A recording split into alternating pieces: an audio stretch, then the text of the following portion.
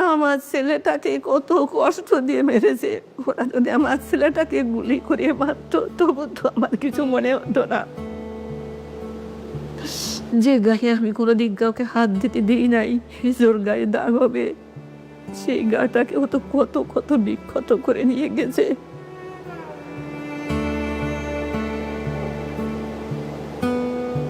মানে আমার এখনো মনে আছে যে আমি জাস্ট ভাইয়ের পাড়ের দিকে ধরছি, আমি ভাবছি মনে কিছু পাবো, বাট আমি গ্রিপ করতে যাই দেখি কিছু নাই, সব কিছু গলা। জাস্ট হাত দিতে যাই হচ্ছে আমি জাস্ট গ্রিপ করতে পারছি, এত ওয়েট বাট কোনো কিছু নাই, সব কিছু একদম পুরো বডি গলে গেছে।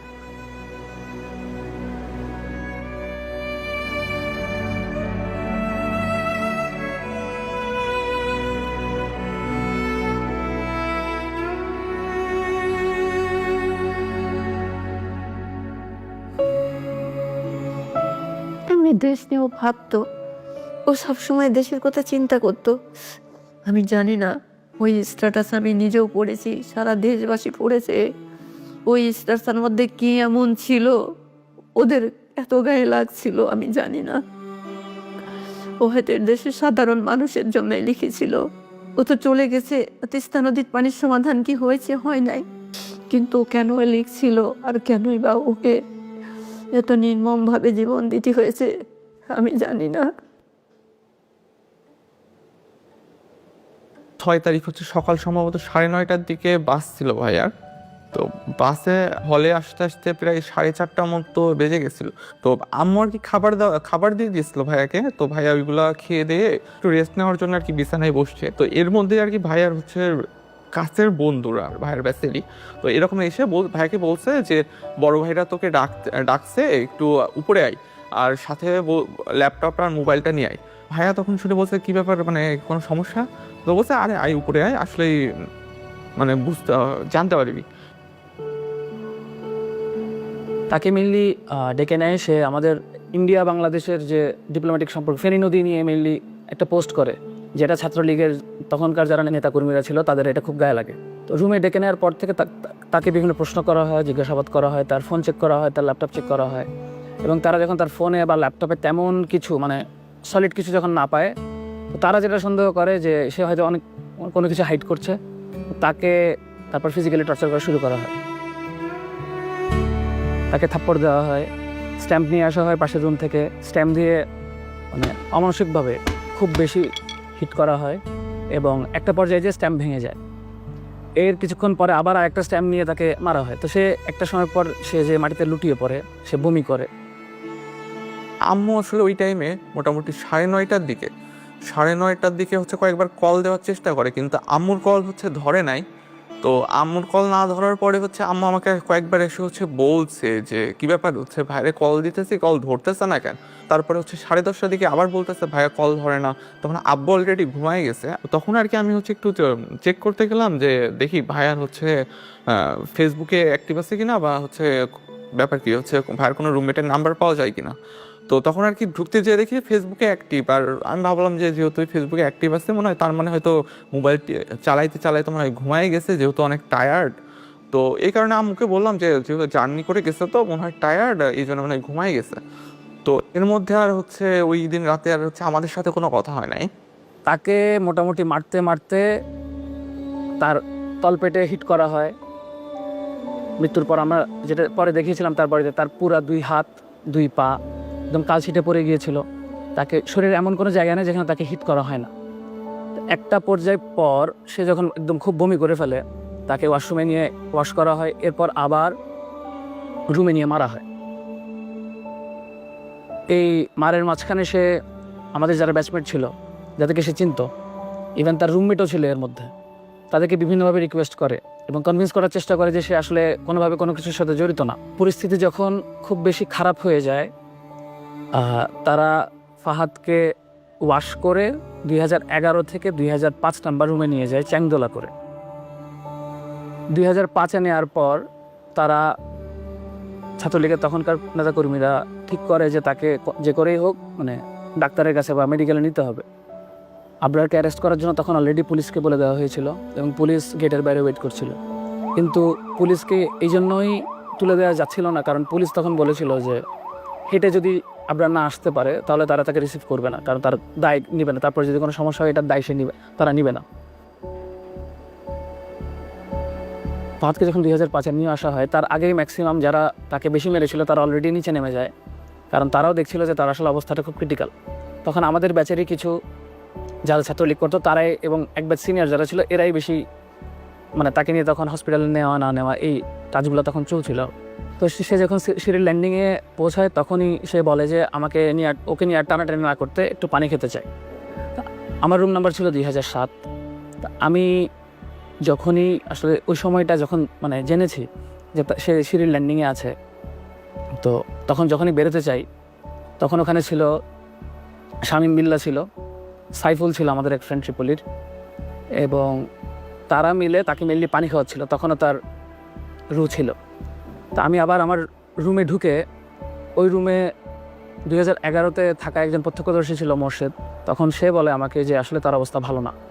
এর কিছুক্ষণ পর আমি ল্যান্ডিংয়ের ওখানে যখন পৌঁছে তখন আবরারের তখন অলরেডি হুঁশ নাই।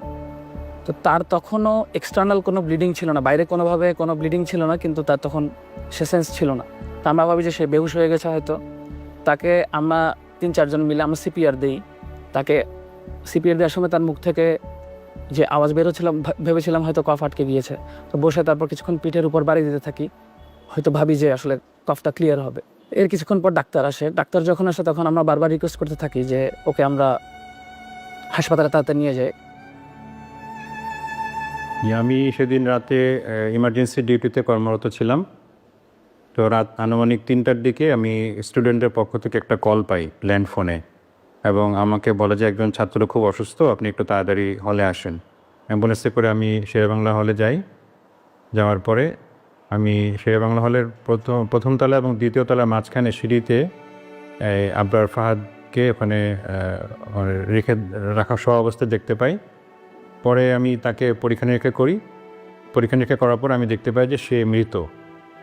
এবং পরীক্ষার সময় তার যখন পালস, ব্লাড প্রেশার যখন চেক করি, তো তখন দেখি যে তার শরীরের মধ্যে অনেক আঘাতের চিহ্ন। পরে এখানে তার কাপড় চোপড়ও দেখলাম যে ভিজা, এবং পুরা শরীর তার একদম ঠান্ডা হয়ে গেছে। পরে আমি যখন নিশ্চিত হলাম যে সে মারা গেছে, আমি ছাত্রদেরকে বললাম তো সে তো বেঁচে নাই। এই কথা বলার সাথে সাথে আমার আশেপাশে যে সমস্ত ছাত্ররা এতক্ষণ ভিড় করেছিল সবাই যার যার মতো পালিয়ে চলে গেল। কিছুক্ষণ পরে তখন তৎকালীন একজন ছাত্রনেতা সে ওখানে আসে এবং আমাকে পরিচয় দিয়ে আমার সাথে কথা বলতে শুরু করে। বলে যে এই আবরার ফাহাদের অনেক শ্বাসকষ্ট ছিল, তো সে হঠাৎ করে অসুস্থ হয়ে পড়ছে, তো আপনি তাকে মেডিকেলে নিয়ে যান। তা আমি তাকে বললাম যে দেখো সে তো মারা গেছে, তাকে আমি মেডিকেলে নিয়ে কী করব। মেডিকেলে তো আমি তাকেই নিব যে অসুস্থ, যার চিকিৎসা দরকার। পরে আমি হলের প্রভোস্ট স্যারকে ফোন দিই এবং ডিএসডব্লিউ স্যারকে ফোন দিই।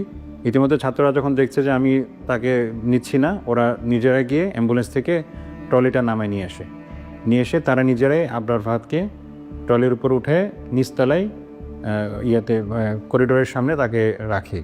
In the mean time DSW sir চলে আসেন, প্রভোস্ট স্যারও চলে আসেন। ওনাদেরকে আমি বললাম যে দেখেন ও তো মৃত। তো তখন পুলিশকে ফোন দেওয়া হয় এবং চকবাজার থানা থেকে পুলিশ চলে আসে অল্প সময়ের মধ্যে। আসার পরে পুলিশ তাকে নিয়ে তার সুরত হাল রিপোর্ট করে।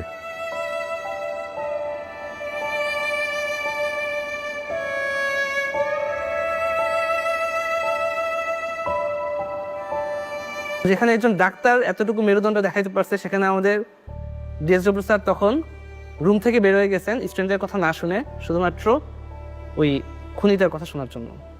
তখন যে আমাদের বইয়ের ছাত্রলীগের যে সেক্রেটারি, আমাদের শেরে বাংলা হলের যে ছাত্রলীগের সভাপতি রাসেল, 1 নম্বর আসামি আমাদের এই মামলা, সে ডিএসডব্লিউ স্যারের সাথে একদম নর্মালি ফ্র্যাঙ্কলি কথা বলছিল, এবং ঘটনাটা কেমনে সলভ করা যায় বা কেমনে ইজি করা যায় এই ব্যাপার, তাদের কথাবার্তার মধ্যে কোনো ধরনের রিগ্রেট ছিল না, কোনো অনুশোচনা ছিল না, কোনো ভয় ছিল না। আমরা তখন আমাদের নিজেদের রুমে, এবং তখন পরিস্থিতিটা আসলে এমন যে আমরা জেনারেল স্টুডেন্টরা যে একটা প্রতিবাদ করবো, এতটুকু মেন্টাল সিচুয়েশন, এতটুকু সাহস আমাদের কারোর মধ্যে ছিল না। পরবর্তীতে আমি নিজে অবাক হয়ে যাই যে আমি কীভাবে ওই সময় নিজেকে ধরে রাখছিলাম, যে একটা ডেড বডির সামনে এবং এতগুলো ছাত্র সামনে আমি কথা বলতেছি। তারা হয়তো আমার গায়ে হাতও তুলতে পারতো, কিন্তু আমি কেমনে জানি ওই সময় নিজেই কেমনে জানি প্রিপেয়ার্ড হয়ে গেছিলাম। পরবর্তীতে যখন সময় যেতে থাকে আমার কেমন একটা মনের মধ্যে ভয় কাজ করতেছিল যে আমি কি করলাম, আসলে কি কাজটা ঠিক করলাম নাকি ভুল করলাম, হ্যাঁ না কি করা উচিত ছিল। তারপর ভোরে যখন আমরা উঠি 4:30টার দিকে, ওঠার পরে এখন থেকে একটা কল আসলো, আমি নামাজে দাঁড়াইছি ওই সময় ফজরের সুন্নত পড়ার জন্যে।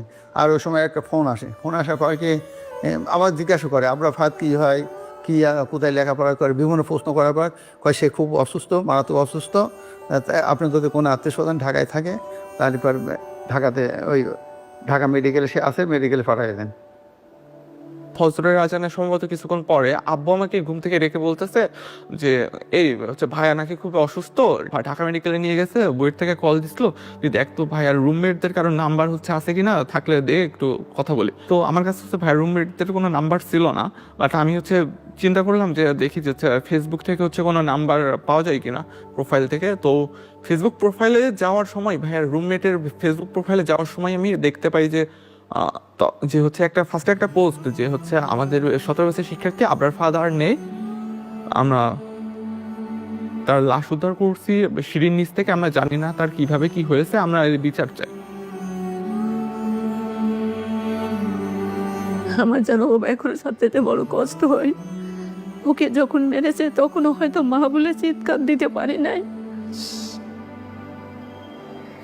আপনারে যখন হচ্ছে জানাজা পড়া হবে, আমরা সবাই আশা করতেছিলাম আচ্ছা ঠিক আছে, এতক্ষণ পর্যন্ত ভিসি স্যার আসেন নাই, সমস্যা নাই, এখন স্যার আসবেন অ্যাটলিস্ট। কিন্তু সবাই অবাক হয়ে গেছে, তখনও ভিসি স্যার আসেন নাই। ইভেন পরের দিন ছাত্ররা আন্দোলন করতেছে, ছাত্ররা আমি বুঝাইতে পারবো না যে সিচুয়েশনটা কেমন। ছেলেপেলেরা বিশ্বাস করতে পারতেছে না যে আমার একটা ফ্রেন্ডকে এখানে মেরে ফেলা হয়েছে, নেক্সট টার্গেটটা আমি হইতে পারতাম, আমাকে মেরে ফেলা হবে। ছাত্ররা আন্দোলন করতেছে, স্যারের অপেক্ষা করতেছে, স্যার পরের দিন আমাদের সাথে দেখা করেন নাই।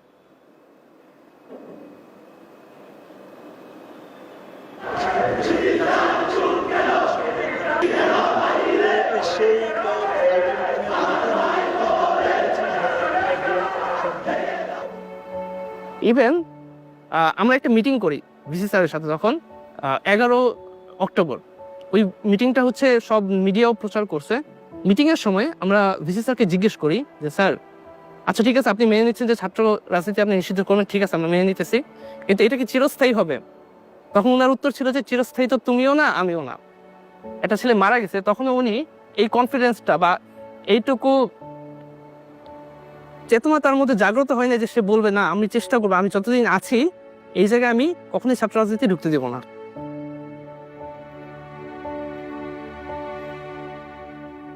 আমার জানা মতে প্রত্যেকটা পাবলিক বিশ্ববিদ্যালয়ে একটা টর্চার সেল ছিল। কি ধরনের একটা শিক্ষা প্রতিষ্ঠান গড়ে উঠতে পারে যেখানে তার মধ্যে টর্চার সেল থাকাটা তার একটা আবশ্যক অংশ? আমাকে যদি প্রশ্ন করেন যে আপনার আসলে অপরাধটা কি, তাকে কেন এভাবে হত্যা করা হয়েছে, প্রথম পয়েন্ট যেটা আসবে সেটা হলো সে বাংলাদেশের স্বার্থ বিরোধী যে কাজগুলা গত সরকার করতো, গত আওয়ামী লীগ সরকার যে কাজগুলো করেছে তার প্রতিবাদ করা, তার নাম্বার 1 পয়েন্ট। ধর্ম পালন আর দেশের স্বার্থে কথা বলার বাইরে আসলে আবরার ফাদারের আর কোনো অপরাধ ছিল হচ্ছে কাইন্ড অফ, যদি বলি এই বাংলাদেশে জন্ম নেওয়া, কাইন্ড অফ জিনিসটা আসলে এরকমেরই হয়ে গেছে, আর বইটা ভর্তি হওয়া।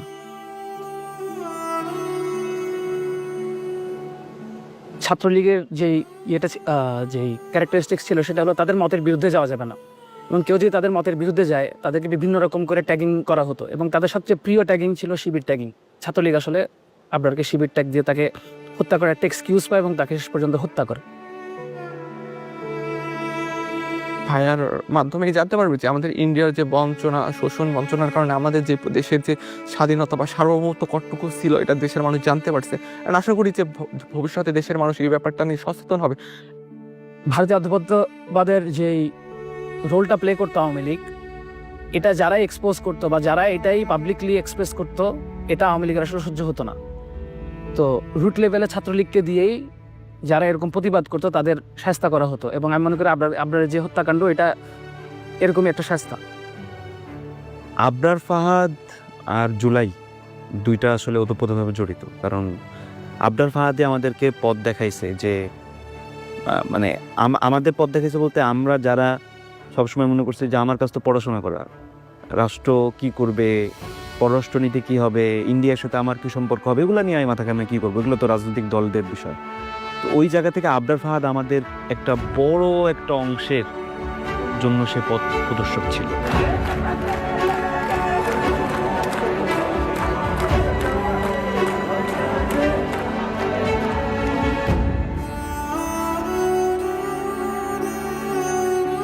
ওরা বলে যে আমাদেরকে আবরার পথ দেখায় দিয়ে গেছে, এটা মনে হয়তো হয়তো আল্লাহ তাআলারই ইচ্ছে এটা।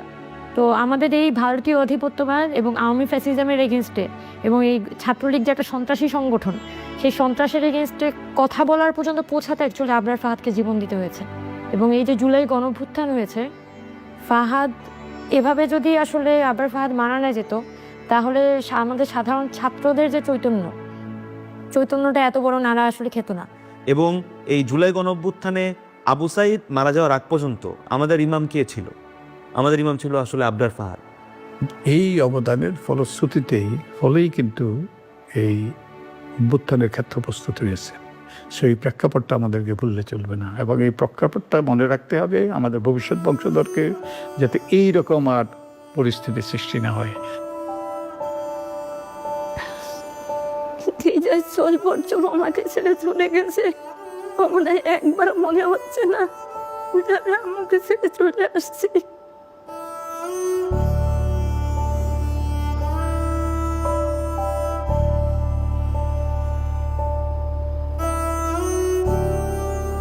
আবরার ফাহাদকে স্বাধীনতা পদক দেওয়া হয়েছে, এটা তো গুরুত্বপূর্ণ জিনিস। স্বাধীনতা পদক আমাদের সর্বোচ্চ পদক নাগরিকের জন্য। আমি তাকে মুক্তিযোদ্ধা বলবো, কারণ সে দেশের জন্য প্রতিবাদ করেছে, দেশের জন্য লড়াই করেছে। একটা মেধাবী ছেলে বেড়ে উঠছিল, তার কত স্বপ্ন ছিল, আমাদের কত স্বপ্ন ছিল, সেই সব হারিয়ে গেছে। সেটাকে তো একটা পুরস্কার দিয়ে সেটা করা যাবে না। তবে এটাকে যে স্বীকৃতি দেওয়া হয়েছে সেটা আমি সাধুবাদ জানাই। সবচাইতে ভালো স্বীকৃতি কিনা আমি জানি না। আমি মনে করি যদি সত্যিকার অর্থে আমরা দেশটাকে বদলাতে পারি, এমন একটা দেশ গড়তে পারি যেখানে আরেকবার আবরার ফাহাদের মতন আরেকজন জান দেবে না, সেটাই হবে তার জন্য সবচেয়ে বড় পুরস্কার।